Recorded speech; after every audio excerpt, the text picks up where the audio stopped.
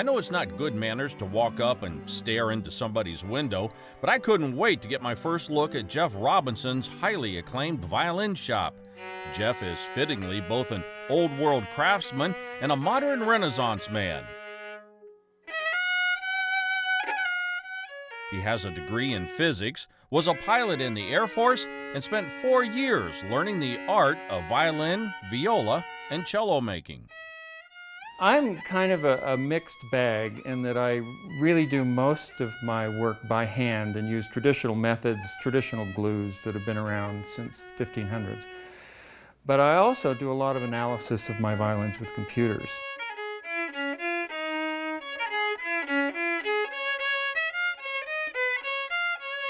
This old gadget is called a Lukey meter. It's actually an ultrasound device that helps or allows me to measure the speed of sound in wood.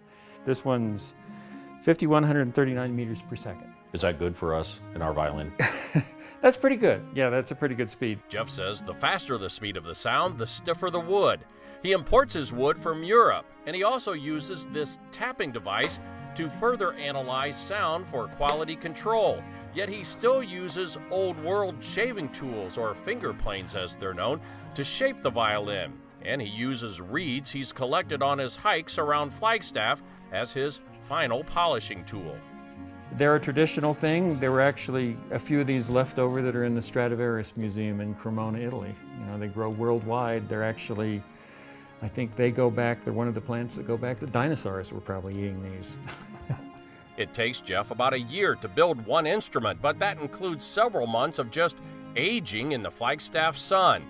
And each of his violins sells for $14,000. Who buys your violins? My violins are principally bought by very serious musicians. Now they might be amateurs, or I've sold a bunch to college students, for instance, who are then trying to move on and get their best job. They are played by professionals. I've had a couple in the London Symphony, I know. Jeff plays each instrument he makes to make sure they measure up to his exacting standards.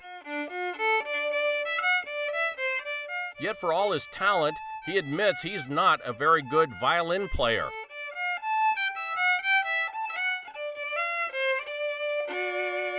But in the end, it's the finely tuned instrument that is the music to the ears of those talented people using one of his creations. And as for Jeff, well, he says that's like the standing ovation of satisfaction and pride. I sometimes have musicians that will send me CDs they've recorded on a violin of mine they've had for 20 years. And that's even nicer than knowing I just sold one, to know that someone has been playing it, enjoying it for 20 years.